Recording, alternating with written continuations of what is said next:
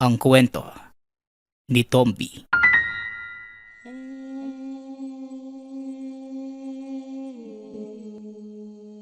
Ang kwentong ito ay hango sa totoong buhay. Mula ito sa isa nating tagapakinig. Karanasan ito ni Luis. Walang eksaktong taon. Probinsya ng Aklan. Nang mga panahong ito, napadpad sa Aklan ang pamilya ni Luis matapos makaranas ng kababalaghan sa pinanggalingang bayan. Hindi lilipas ang buwan na walang nagkakasakit. Madalas may nakikitang anino sa paligid. Mas naging malala kalaunan nang siya mismo ang makaramdam na matinding pananakit ng katawan. Ilang araw itong naparalisa na hindi nalalaman ang dahilan. Pinagamot at ang sabi ng albularyong tumingin, tinamaan siya ng tigalpo. Naging maayos naman ang pamumuhay sa bagong nilipatan. Kahit hirap sa aspetong pinansyal, may nakakain naman dahil merong maliit na lupaing sinasaka. Kaso nga lang, kulang ang salapi para sa ibang gastusin.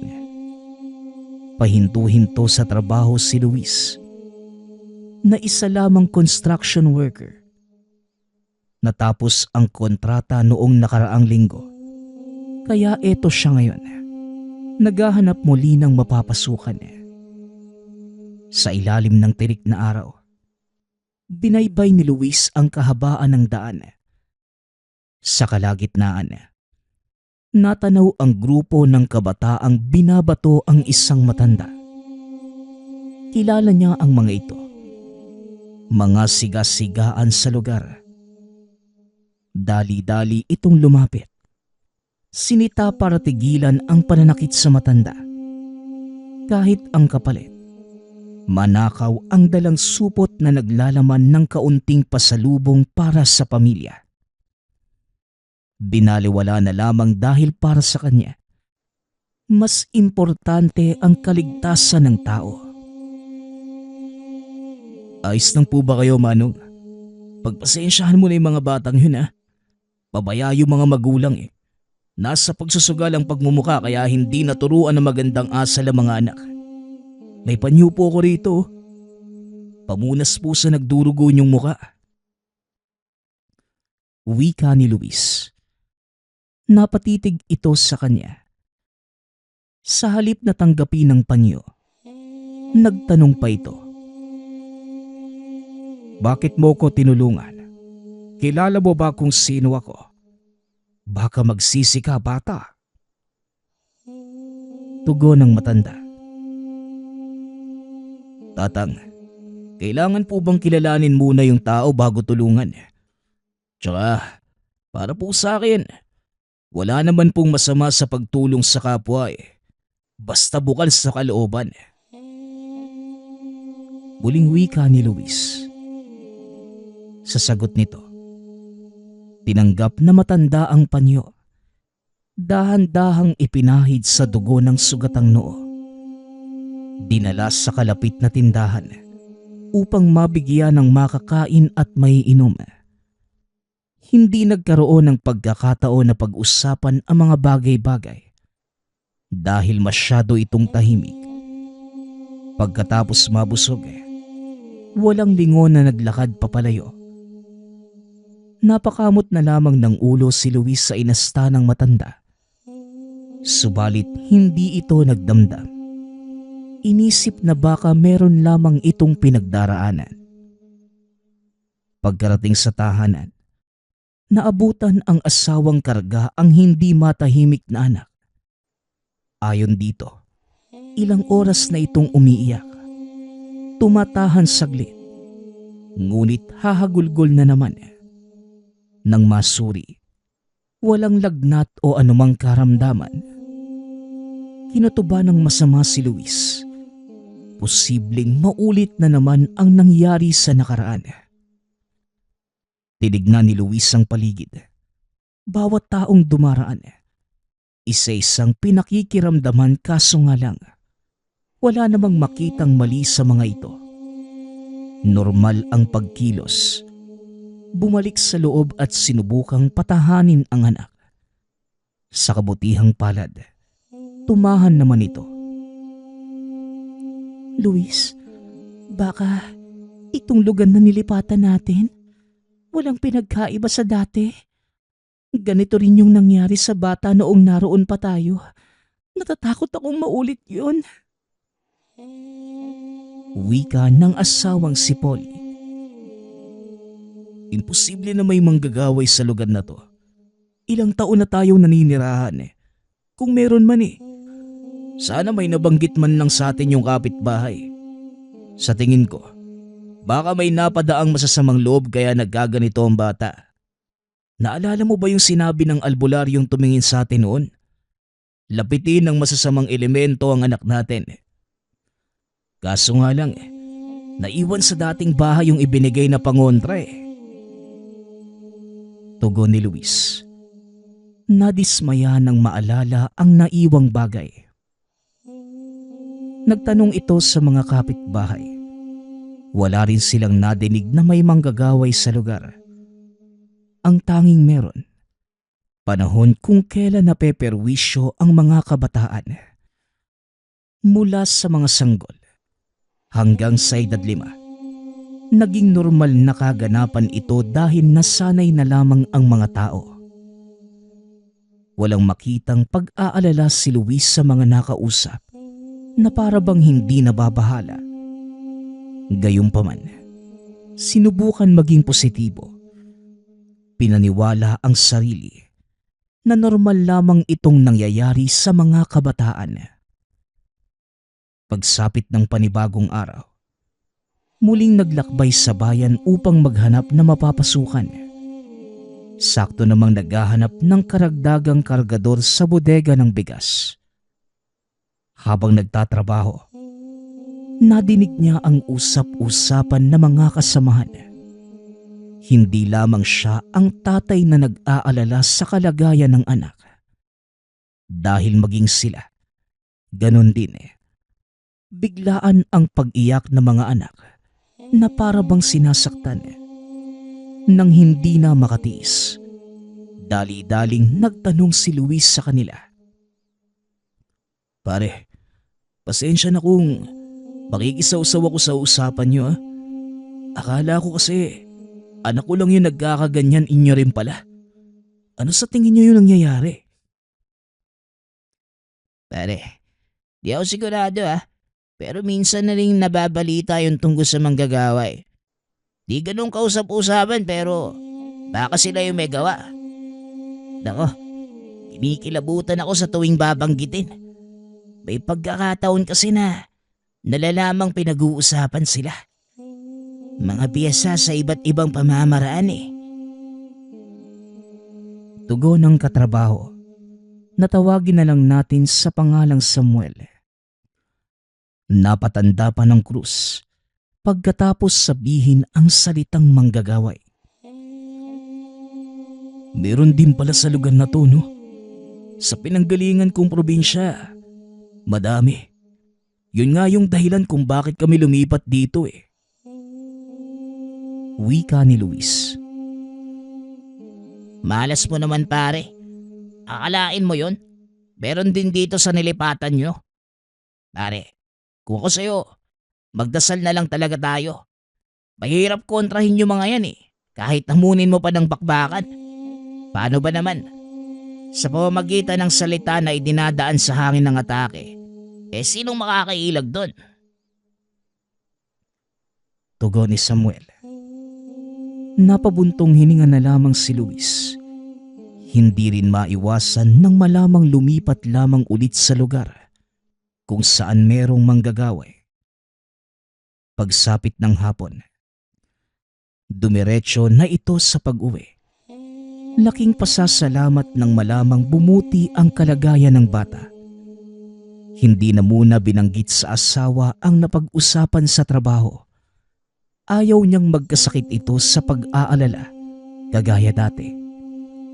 Lihim itong naghahanap ng paraan. Ang plano, lumipat sa mas ligtas na lugar. Subalit ngayon sisiguraduhing tuluyang malalayo sa anumang kapahamakan.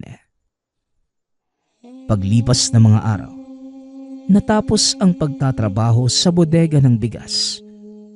Humina ang negosyo gawa ng bagong may-aring baluktot ang pamamalakad. Kaya muli na namang naghanap ng malilipatan si Luis. Isinabay na rin ang pagtatanong-tanong ng murang paupahan. Sa paglilibot, nakarating ito sa karatig bayan. Nakasalubong ang matandang tinulungan noong araw pero ang ipinagtataka niya, umiiwas ang bawat taong nakikita. Maliban sa kanya, na walang ideya sa nangyayari. Kahit naguguluhan, sinundan pa rin. Napatigil lamang ito nang huminto sa paglalakadang matanda. Talagang hindi mo ko tatantanan ano? Ikaw lang ang taong walang takot na lumalapit sa akin. Bakit ba? Diretsahang tanong na matanda. Manong, may dapat ho ba ako ikatakot sa inyo? Kung tutuusin nga, parang tatay ko rin kayo eh. Magkasing edad kasi kayo ng yumao kong tatay. Tugon ni Luis. Talagang walang pinipiling edad ang pagiging mangmang sa mga bagay-bagay ano? Mahina ba ang kukote mo para hindi maintindihan ang nangyayari sa paligid? Tanong na matanda. Napatingin si Luis sa mga taong dumaraan. Lumilihis ang mga ito sabay nagmamadali. Magsasalita na sana, kaso biglang nawala ang matanda. Hinanap niya ngunit hindi naman makita. Wala ring mapagtanungan dahil maging siya ay pinagtitinginan na rin ng mga tao. Umalis na lamang para makaiwas. Sa paglipas ng panahon, natigil naman ang pamemerwisyo. Walang nakakaalam ng eksaktong dahilan. Gayon din sa biglaang pagkawala. Ikinatuwa naman ito ni Luis. Nabawasan ang isipin. Kaso nga lang, kinakailangang lumipat sa kadahilanan na naibenta na ang lupaing inuupahan. Dumayo ito sa karatig bayan. Nagbabaka sakaling may mahanap. Pinalad na magkaroon ng maayos na silungan. Sa alok ng pamilya ni Mang Paeng, naging mabuti naman ang kanilang pamumuhay. Alagang-alaga pa dahil dinadalhan sila minsan ng makakain. Imbitado rin sa bawat okasyon. Sa katunayan, nasa baluarte ng kaanak ni Mang Paeng ang pamilya ni Luis. Iilang bahay lamang ang meron sa lugar. Ngunit lahat ng nakatira, kadugunan ng matanda. Habang tumatagal, napapansin ito ang kahina-hinalang gawain ng mga ito. Kung minsan, nakakarinig sila ng pag-awit at kataga na ibang lengguwahe ang ginagamit. Nangyayari ito sa piling petsa. Sa gabi idinaraos oras ng pagtulog. May mga pagkakataon na ito ang gumigising kay Luis. Nakakaramdam kagad ng kilabot kahit wala namang nilalang sa paligid. May kapansin-pansin din sa hangin na parabang hindi normal sa kalikasan. Nakikinig lamang sa takbo ng pangyayari. Hindi naisipang mangialam dahil wala pang ideya kung sino nga ba ang mga kapitbahay. Pansamantala itong sinarili. Nag-iingat habang inaalam ang pagkatao ng mga ito sa sikretong pamamaraan. Kaso nga lang, mahirap makahagilap ng impormasyon lalo na't baguhan pa lamang sa lugar. Kung titignan naman si Mang Paeng, Masiyahin, palangiti, at malapit sa mga kakilala lalo na sa kanila na palaging kinakausap kahit makasalubong lamang sa daan. Ang panganay naman itong anak na si Marcelo, ganon din, maging ang iba pang kapitbahay. Minsan na ding naisip ni Luis na baka siya ang may mali, hindi ang mga ito. Palagi na lang siyang naghihinala kahit walang makuhang malinaw na sagot. Sa paglipas pa ng panahon, unti-unting ipinapakilala ni Mang Paeng ang mga bagay-bagay kay Luis. Katulad na lamang ng mga orasyon na nakasulat sa papel. Minsan din itong ibinibigay sa kanya. Sa tuwing susubukang basahin, saglit itong nawawala sa wisyo. Noong una, inakalang normal lamang ang epekto dahil sa maling pagbigkas.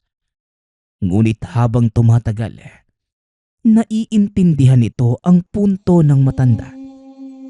Sinusubukan siya para maging kasapi ng grupo. Samut-saring pangungumbinsi ang ginawa. Pinangakuan ng lupa, kasaganahan sa buhay, at kung ano-ano pa para lamang maging miyembro ng samahan na kampon ng kasamaan. Mga manggagaway. Natakot si Luis nang ipasok ito sa silid, kung saan patong-patong ang mga librong naglalaman ng orasyon at dasal. Maraming nakapalibot na kagamitan sa sulok. Nakakasakalang pakiramdam dahil sa bisa ng mga gamit kaya't hindi ito tumatagal.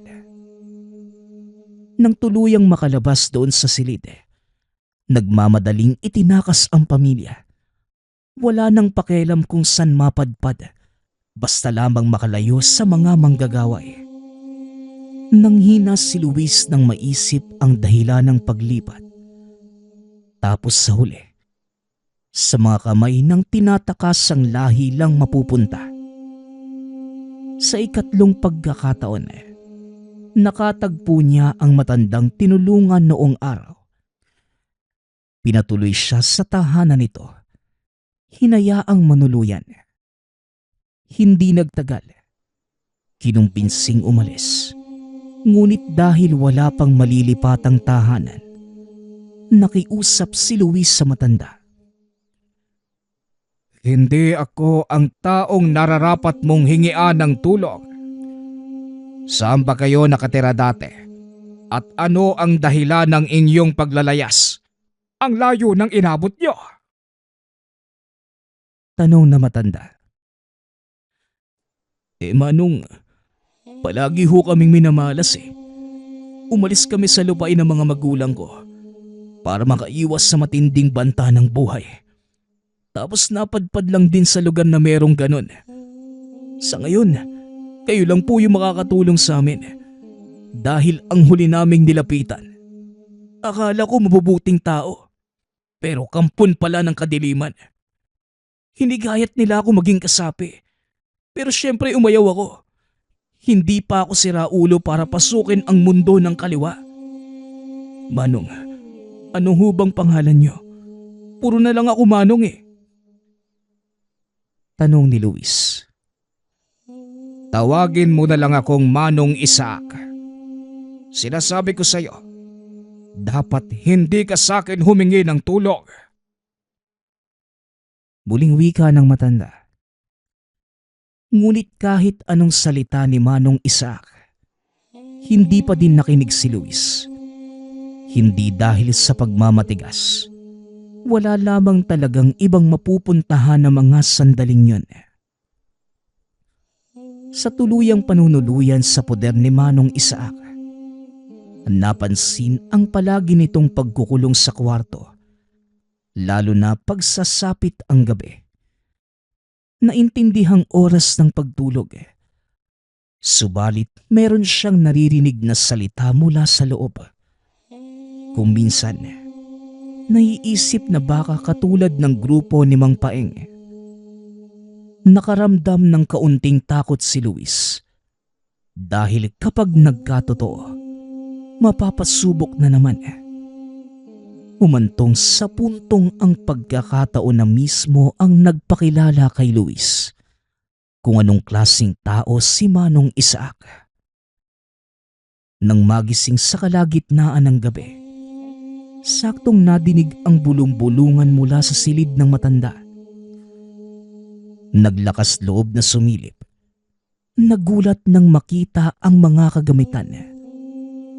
Katulad na katulad ito sa mga nakita sa tahanan ni Mang Paeng. Pareho ang marka ng mga librong nasa estante. Ngunit ang ipinagkaiba nga lang, ang medalyong kasalukuyang dinadasalan. Sa kabila nito, hindi natakot ang naramdaman ni Luis. Napuno ito ng pagtataka. Maingat siyang lumayo upang hindi makaistorbo. Kinabukasan, kusa na itong nagtanong sa matanda. Manong Isaac, pasensya po pero nakita ko mismo yung ginagawa nyo kagabi. Ilang beses ko na kasi napapansin eh. Kaya hindi ko maiwasang mapasili para masagot ang kuryosidad. Manong, isa ka po bang manggagaway? Tanong ni Luis. Nagulat ang matanda sa naging tanong nito. Gayunpaman, pinanatili pa rin itong maging kalmado. Siguro, naiintindihan mo na kung bakit palagi kong sinasabi sa'yo na hindi ako ang dapat hinihingian mo ng tulong. Wika ni Manong Isaac. Pero meron ho ko nakitang medalyon. Ibig sabihin lang, alagad pa rin kayo ng kabutihan. Tama po ba ako? Ikaw ang bahala kung ano ang gusto mong isipin. Siya nga pala, aalis ako dahil may sasadyain sa kabilang lugar. Huwag kang mag-alala. Kahit wala ko, walang makakalapit na kasamaan sa inyo. Basta hindi pakikelaman ang kwarto ko. Wika ni Manong Isaac. Nang ang pamilya na lamang ni Luis ang naiwan, hindi pa rin nagpakampante kahit sinasabing protektado. Nitong nakaraang araw ay napansin ang kasapi ng grupo ni Mang Paeng. Sa malapit, merong hinahanap. Hindi man sigurado kung sila ba, ngunit minabuting maging handa sa posibilidad. Ipinagliban ang paglabas. Kaso nga lang, nakakalusot kung minsan ang kasamaan. Malalakas na katok sa pinto ang pumukaw sa atensyon ni Luis.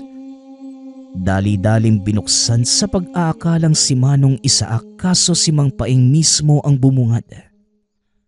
Nagulat din ito sa pagkakita sa kanya. Tignan mo nga naman. Nandito lang pala ang hinahanap natin.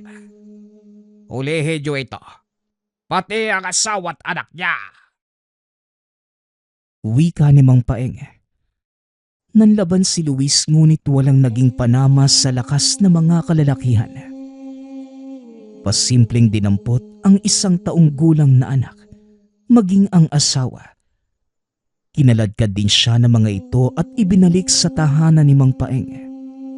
Iginapos sa bangko habang pinarurusahan sa bawat maling sagot.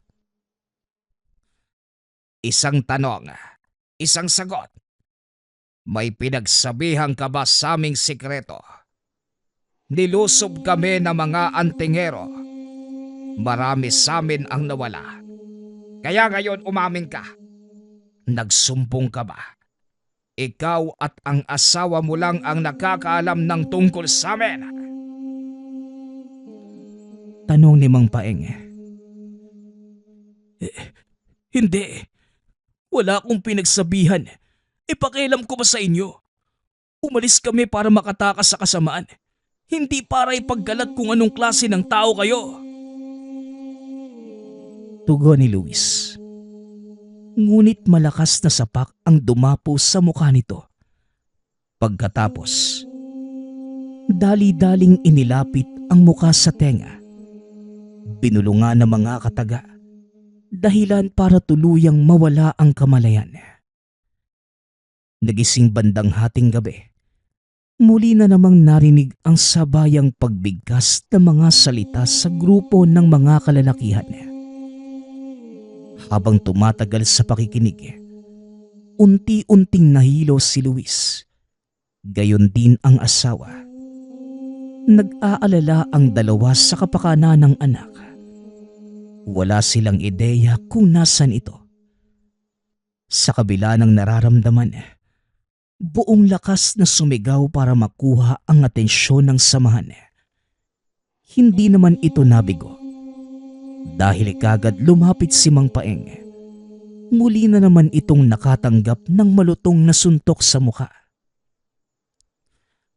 Nasa kalagitnaan kami ng pagpapalakas ng kargada. Kaya huwag kang mag-ingay.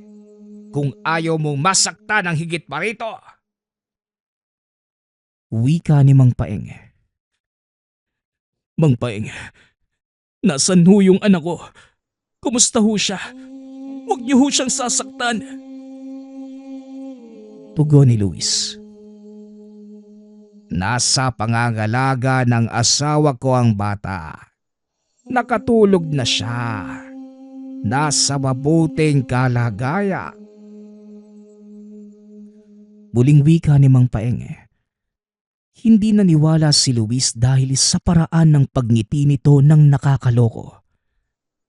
Kaso nga lang, wala itong magawa ng mga sandaling yun. Mahigpit ang pagkakatali sa kanya. Nagdurugo ang mga kamay sa pagsubok na makalaga ng sarili. Nang mapansin ito ni Mang Paeng, pansamantala itong pinakawalan ngunit pinagsarhan din ng pinto. Walang ideya kung anong binabalak para sa kanilang mag-asawa. Gayunpaman, nanalangin na lamang ang mga ito na hindi hahantong sa kinakatakutang pangyayari. Hanggang sa sumapit ang umaga, bumungad ang pag-uusap ni Mang Paeng at ng anak na si Marcelo. Anong plano mo sa kanila, Tay? Hindi ako naniniwala na wala silang kinalaman sa pagsalakay ng mga antingero. Naging tahimik naman yung pamumuhay natin dito sa lugar. Ang alam ng mga tao sa kabilang bayan kung saan nakatira dati si Maestro. Yung kapatid lang niya ang may kapit ng kasamaan. Yung mangkukulam na dinugis ng taong bayan. Wika ni Marcelo. Wala tayo sa posisyon para galawin ang mga bihag. Kahit sila pa ang nagsumbong. Kung walang pahintulot kay Maestro, wala tayong karapatan. Ang tanging magagawa na lang natin ay bugbugin kung manglaban. Ang layunin natin ngayon, magparami sa samahan. Kaya kahit matigas ang Luis na yan, sisikapin nating makuha ang loob niya. Tugon ni Mang Paeng. Maya-maya pa, dumating na ang sinasabi nilang Maestro. Dumiretso ito sa kinaroroonan ni Luis. Yan ang taong mahirap pakiusapan, Maestro. Nakatakas ito sa amin eh. Tapos makaraan ng ilang oras, dumating ang mga antingero. Kaunti na lang ang natira sa atin. Dahil marami ang napuruhan. Hindi kinaya ng aming kargada. May nakaligtas pero sugatan. Nagpapagaling pa. Huwag nyo na ring alalahanin ang mga antingero. Dahil sinisigurado kong magbabayad ang mga yon. Ano na nga po ba ang balak natin sa mga bihag? Sa tingin ko, sila ang nagsabi sa mga antingero. Dahilan para salakayin tayo. Pagsasalaysay ni Mang Paeng. Ngunit sa halip na sagutin, dumapo sa mukha ang sunod-sunod na kamao na matandang kausap. Sa dinami-rami ng pwedeng ayaing maging kasapi, ang taong ito pa. Binihag mo pati ang asawa't anak niya na wala pang kamuwang-muwang sa mundo. Kahit kailan talaga, hindi ka nag-iisip, Paeng. Sigaw ng maestro. Umalingaw-ngaw sa bawat sulok ng silid ang boses ng maestro. Nagulat naman si Luis nang mag-angat ng tingin dahil ang maestrong tinutukoy nila walang iba kundi si Manong Isaac. Kaya palagi tayong pumapalpak dahil wala ka nang nagawang tama, Paeng. Ang sabi ko, ang iimbitahan natin, yung mga taong kulang sa paniniwala sa kalangitan, hindi yung taong malakas ang pananalig sa kabutihan. Wika ni Maestro Isaac. Sadali lang, maestro. Kilala mo ba ang taong ito para magsabi ka ng ganyan? Kaya pala naabutan ko sila sa tahanan mo. Maestro, hindi ko sinasadya. Wala akong alam. Tugon ni Mang Paeng. Masyado ka kasing kampante na ang bawat taong maaaya mo ay sasanib. Ibahin mo si Luis. Kahit ano pa ang pangungumbinsi mo sa kanya, kabutihan pa rin ang mananaig sa kanyang puso. Pakawalan mo siya, pati ang pamilya niya kung ayaw mong ako mismo ang pumugot ng ulo mo. Magsikilos na kayo! Muling wika ni Manong Isaac. Dali-daling sumunod si Mang Paeng. Pinakawalan ang pamilya ni Luis, habang si Maestro Isaac ang nagpresentang gumamot ng mga natamong sugat. Pagpasensyahan mo na ang kilos ng aking mga alagad. Tumatama siya minsan, pero madalas puro kapalpakan. Maayos na ang kalagayan ng asawa at anak mo. Ikaw, kailangan mo pang magpahinga dahil sa laladang natanggap mo mula kay Paeng. Binulungan ka ng salita, kaya't alam ko na may napinsala sa loob ng katawan mo. May ipinahanda akong silid na pwede mong pahingahan. Wika ni Maestro Isaac. Manong, may talong lang po sana ako. Paano niyo po nagagawang pagsabayin ng kabutihan at kasamaan? Tanong ni Luis. Pasensya na, Luis, pero hindi kita mabibigyan ng sagot. Masyadong personal at ang ganitong bagay sana, hindi mo na dapat tinatanong. Kaya mo namang tumayo siguro, ano? Halika, dadalhin kita sa pinahanda kong kwarto. Wika ni Manong Isaac. Nang mga sumunod na araw, naging magaan na ang pakikitungo ng mga alagad ni Manong Isaac sa kanila. Lalong-lalo na si Mang Paeng. Paulit-ulit itong humihingi ng paumanhin sa nagawang pagkakamali sa kanya. Mapagpatawad namang tao si Luis, kaya kagad din silang nagkaayos. Nanatili pa sila sa baluarte ng mga manggagaway. Nasaksihan ang iilang gawaing mahirap intindihin. Madalas ang pagdarasal na ayon sa mga ito, pagkakarga sa mga gamit at pagpapalakas. Nagtitipon din sa piling araw at oras para sa isang ritual. Dito, wala nang ideya si Luis kung ano ang eksaktong ginagawa dahil sa tagong silid nangyayari. Bawal sila sa bahaging yun, kaya't hindi na lumalapit. Minabuti na lamang na sumunod upang manatiling ligtas ang pamilya. Hindi tiyak ang kaligtasan sa lugar, lalo pat may kapit ng kasamaan ang mga nakapaligid. Dumaan pa ang ilang mga araw. Pinayagan na silang makauwi. Si Manong Isaac pa mismo ang nagbigay abiso pagkatapos masuri ang kalagayan ni Luis. Dahil walang sapat na pera para makabili ng lupa't bahay, ibinigay ng matanda ang maliit na loteng pagmamay-ari sa karatig bayan. Doon sila nagsimula muli ng panibagong buhay. Ilang taon ang lumipas. Unti-unting nakakalimutan ni Luis ang pangyayari sa poder ng mga manggagaway. Abala ito sa pagtatrabaho at pag-aasikaso ng pamilya. Kaya nawala na ito sa isip.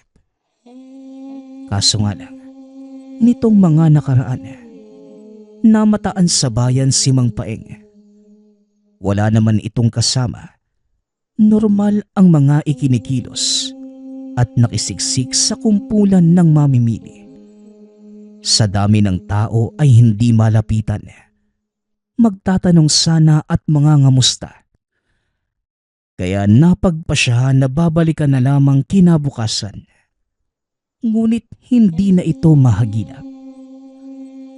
Kasabay nito ang pagpapatuloy ng taong naligaw. Nagpakilala ang binata sa pangalang Anjo. Mas bata sa kanya ng 10 taon. Masyado ding nakakaantig ng damdamin ang kwento sa buhay.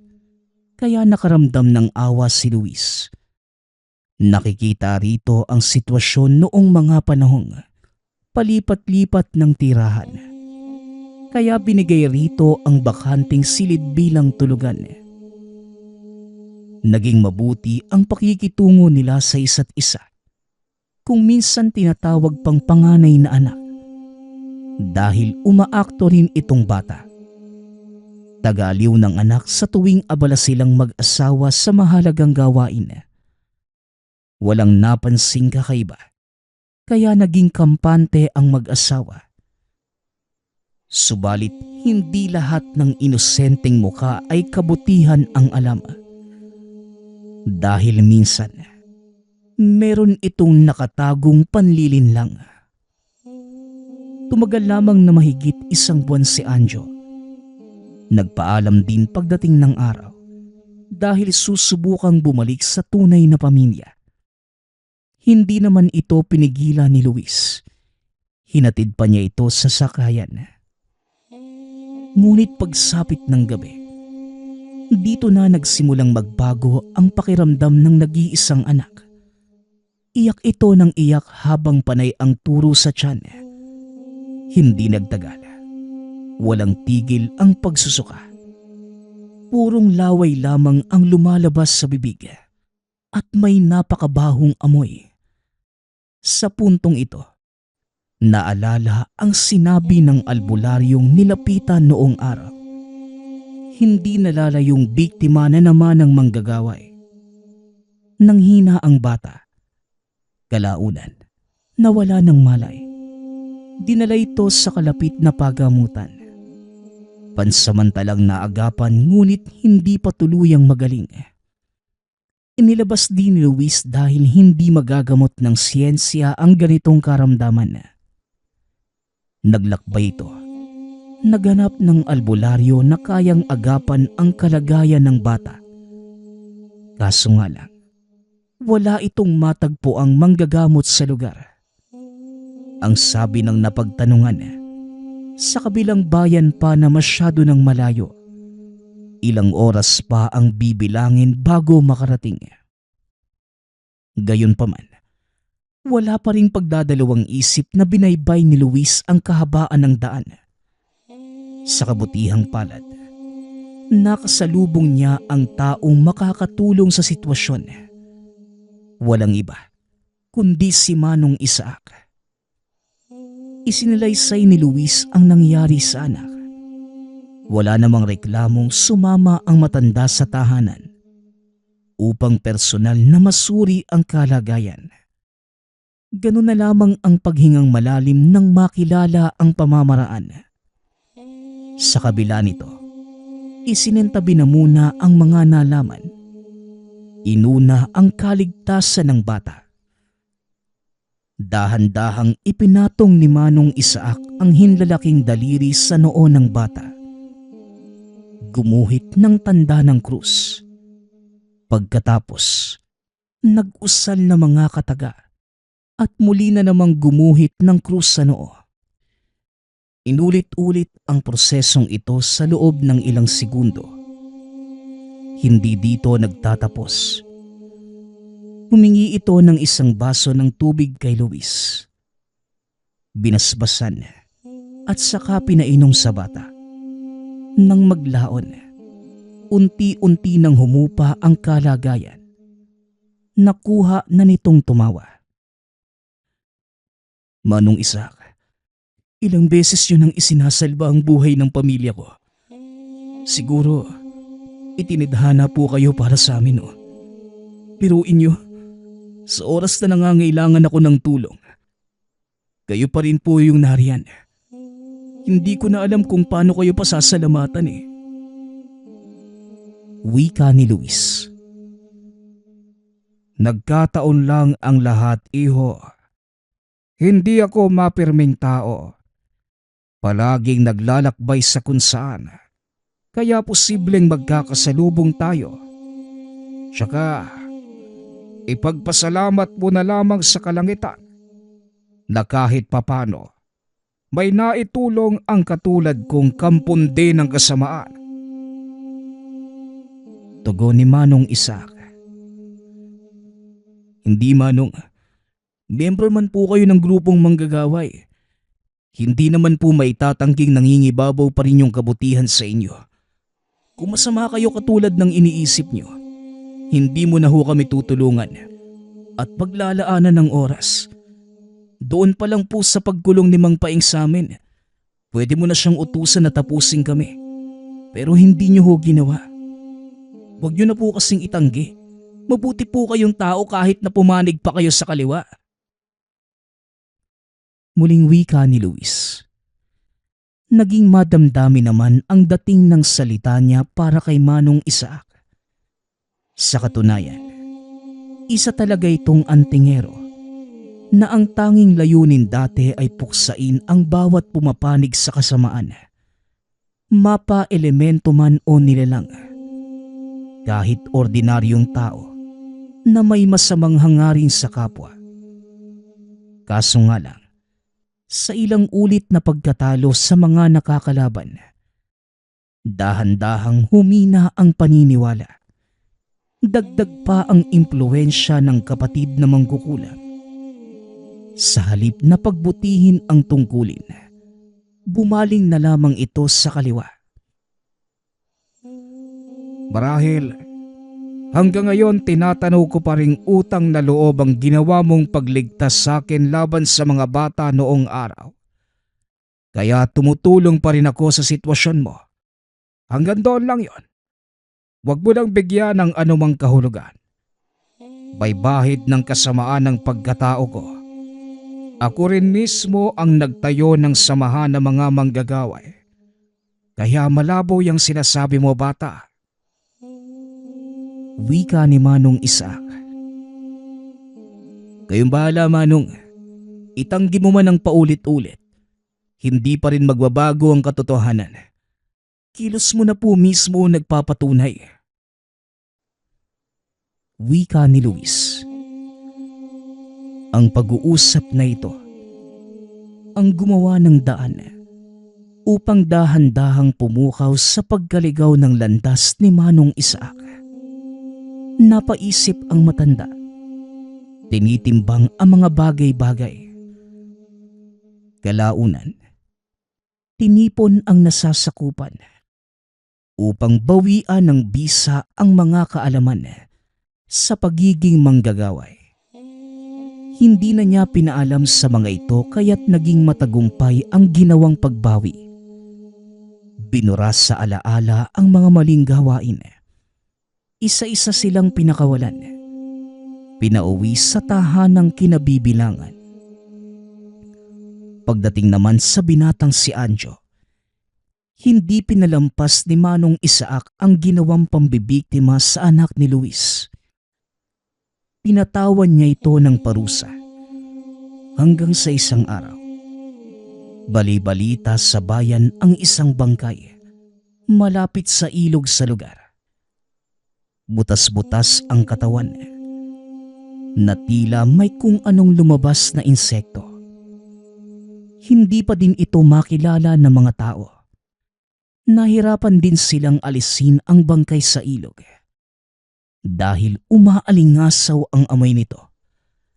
Kailangan pa nilang tumawag na mga otoridad para lamang makuha ang bangkay. Matapos naman ang tagpong yon, humingi ng kapatawaran sa kalangitan maging sa tangang medalyon. Napahugot ng malalim na hininga dahil maliban kay Luis, hindi rin siya iniwan ng gamit kahit pa nakagawa na ito ng kasamaan. Nanatili itong aktibo sa oras na kinakailangang tumulong sa kapwa, katulad ng sitwasyon ni Luis. Binago ni Manong Isaac ang buhay. Nagbalik sa tungkuling unang pinagsilbihan. Kung noon ay naglalakbay kasama ang grupo sa mga lugar upang mambiktima, ngayon, nagsimula itong uli ng bagong buhay. Tinalikuran ang dating gawain at nagpalaganap ng kabutihan sa iba. Natuwa si Luis sa ibinahaging parte ng pagbabago ng matanda. Hindi niya inaasahan na ang simpleng pagtatagpo noong araw ang simula ng pagkagising nito sa panig ng kasamaan. At makalipas ang ilang buwan, hindi na nakita pa ni Luis si Manong Isaac. Ngunit hindi na ito nanghangamba.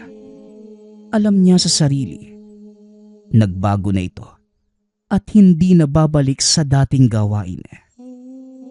Isinulat ni Luis ang kwentong ito para magbigay sa atin ng aral. Sigurado si Luis na kung anuman ang ginawa mo sa mundo, ito din ang babalik sa iyo. Magbigay ka ng kabutihan kahit kaninong tao. At syempre kabutihan din ang dadating at ibibigay ng iba sa atin. Ang isang angka na pilit iniilaga ng mga tao. Ito pa ang tumulong sa kanya upang magkaroon ng maayos na buhay. Ang angka ni Manong Isaac na puting manggagaway. Nagpapasalamat nga pala ako sa lahat ng sumusuporta sa ating channel. Nawa ay patuloy niyong suportahan at pakinggan ang ating mga kwento. Hanggang sa muling pakikinig. Paalam.